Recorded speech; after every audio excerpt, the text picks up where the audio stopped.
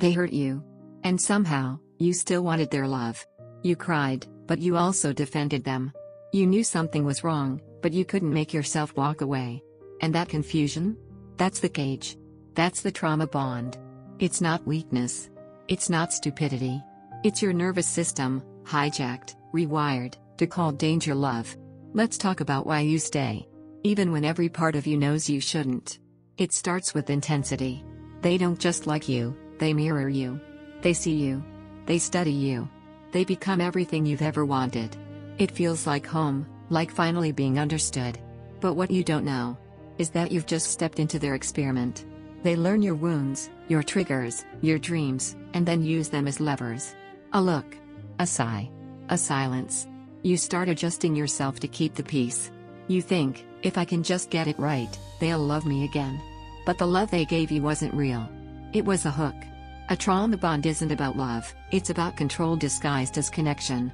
It's created through a pattern of pain and relief. They hurt you, then they comfort you.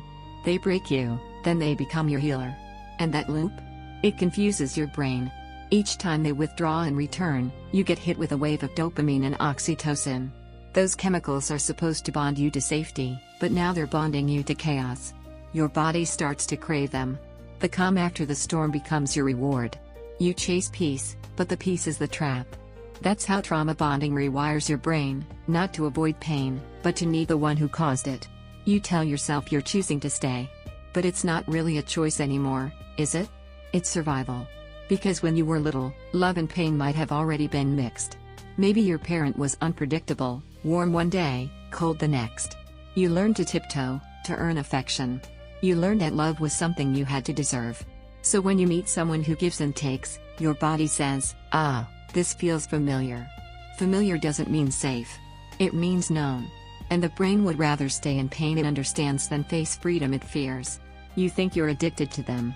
But really, you're addicted to the cycle. To the rush of relief after chaos. To the hope that this time will be different. That hope, it's not love either. It's survival hope. It's your nervous system saying, if I can just fix this, I'll be safe again. That's why you stay. Not because you don't know better.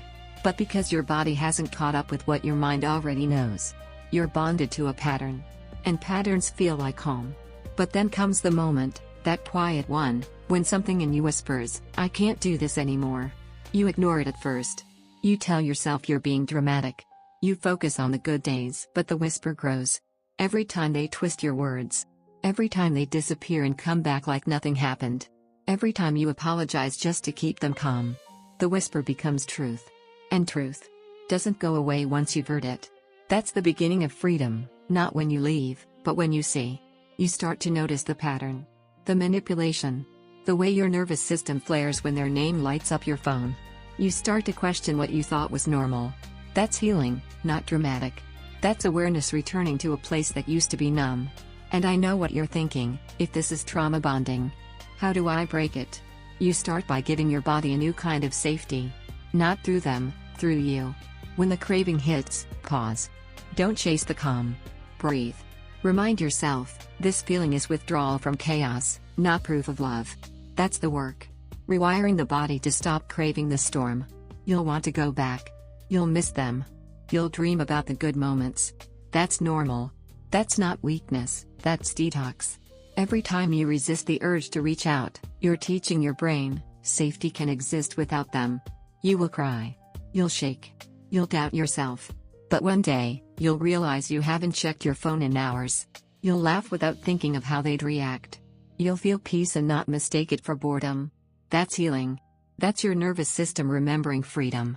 The truth is, you stayed because you were conditioned to.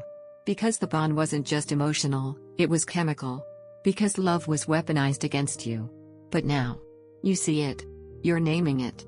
And when you name it, you start to reclaim it. You're not broken for staying. You were surviving.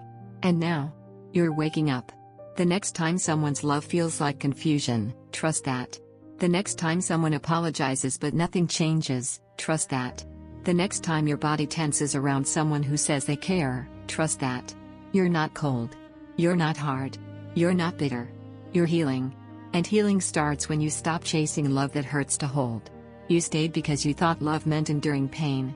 Now you know, love doesn't make you small. It doesn't take your breath away. It lets you breathe deeper. So breathe. You're safe now.